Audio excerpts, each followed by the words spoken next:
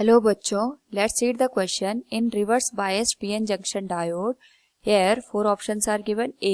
Current under reverse bias is not very much dependent on applied voltage. B. Current under reversed bias is directly proportional to applied voltage. C. Current initially depends on applied voltage, then it becomes independent. And D. No current flows in reverse bias. Now, first of all, we will discuss here the key concept, which is reverse biased condition in PN junction. In PN junction जो P और N semiconductor होते हैं उसमें holes और electron majority charge carriers का काम करते हैं.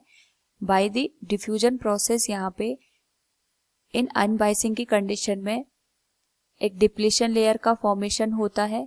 नाउ अगर हम बात करें यहाँ पे, जैसे हम इस पीएन जंक्शन को एक तरीके से यहाँ पे रिवर्स बाइसिंग दे देते हैं, उस पर्टिकुलर केस में यहाँ पे होल्स और यहाँ पे जो इलेक्ट्रॉन्स होते हैं in P and N region, वो यहाँ पे नेगेटिव और पॉजिटिव टर्मिनल की ओर मोशन करने लग जाते हैं लाइक दिस.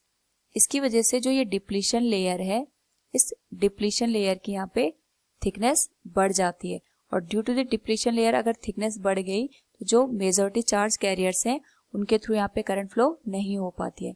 बट अगर हम बात करें यहाँ पे due to the thermal energy, कुछ इलेक्ट्रॉन होल पेयर यहाँ पे बनते हैं जो कि माइनॉरिटी में होते हैं, इलेक्ट्रॉन्स इन पी रीजन और होल्स इन एन रीजन. तो जो नेगेटिव टर्मिनल है वो इलेक्ट्रॉन को इस डायरेक्शन में मूव करवाता है और जो होल है वो इस डायरेक्शन में मूव करते हैं. इसलिए माइनॉरिटी की वजह से यहाँ पे स्मॉल अमाउंट में करंट फ्लो होती है. लेकिन जो स्मॉल अमाउंट में जो करंट है, it is not depend on the external voltage. ये एक्सटर्नल वोल्टेज पे डिपेंड नहीं करती है. तो हम कह सकते हैं it is independent of the external voltage, क्योंकि यहाँ पे जो इलेक्ट्रॉन और होल पेयर हैं वो थर्मल एनर्जी की वजह से प्रोड्यूस हो रहे हैं.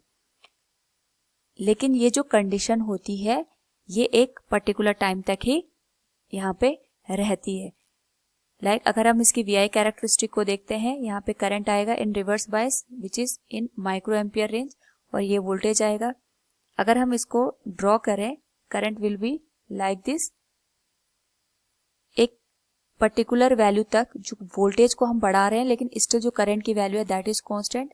और यहाँ पे जैसे ही जो वोल्टेज होती है वो ब्रेकडाउन की कंडीशन को यहाँ पे क्रॉस करता है, उस पर्टिकुलर केस में करंट बहुत शार्पली इंक्रीज हो जाता है. यानी जो ब्रेकडाउन वोल्टेज है उसके बाद तो करंट यहाँ पे एक्सटर्नल वोल्टेज पे डिपेंड करता है, बट इनिशियली यहाँ पे जो स्मॉल अमाउंट की करंट होती है that is independent of the external applied voltage. So we can say in reverse bias PN junction diode, current under reverse bias is not very much dependent on applied voltage. Option A will be the correct answer. Hope all you understood it. Thank you and best of luck.